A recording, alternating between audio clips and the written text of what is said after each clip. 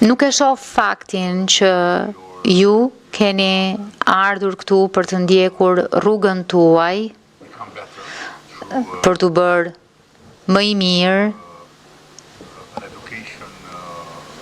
fal një procesi arsimor që ky vend mund t'ju ofroj si humbje për vendin ton. Është përfitim për vendin ton.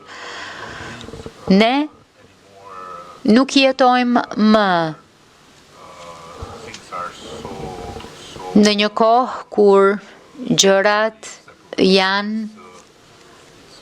të ndara kaq qartë. Ka shumë herë më tepër ndërlidhje, ka shumë herë më tepër lëvizje.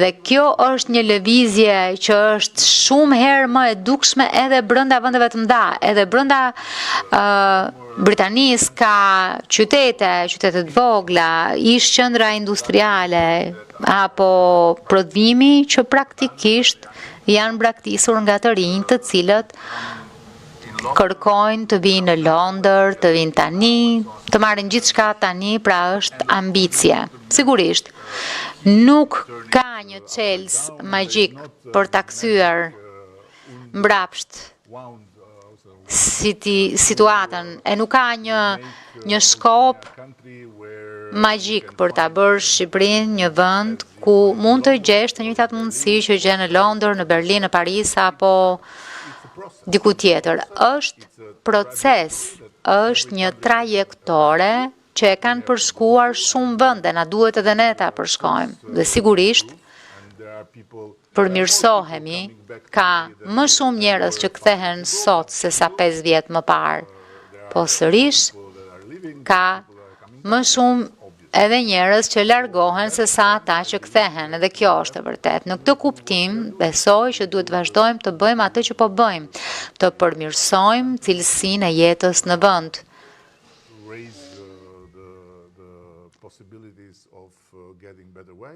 Të krijojmë mundësit për paga më të mira. Pse e bën këtë gjë? Pse e bën këtë shenjë? Është njësoj sikur po më ngacmoni. Pyetja e fundit që i shkrin pyetjet në internet. Dua të them edhe një gjë tjetër. Ai nuk ka ardhur me skap, po ambasadori ynë ka ardhur kështu. Në fakt, ambasadori ynë ka ardhur me skap dhe është ambasador. Ju keni ardhur me viza, jeni askush. Pra, varkat e vogla kanë sjell shumë njerëz me ëndra, ambicie dhe që kanë dashur të luftojnë dhe që i bëjnë nder shoqërisë britanike. Nuk e di Andi në qoftë se ka ardhur me vark apo me vizë, po nuk ka rëndësi.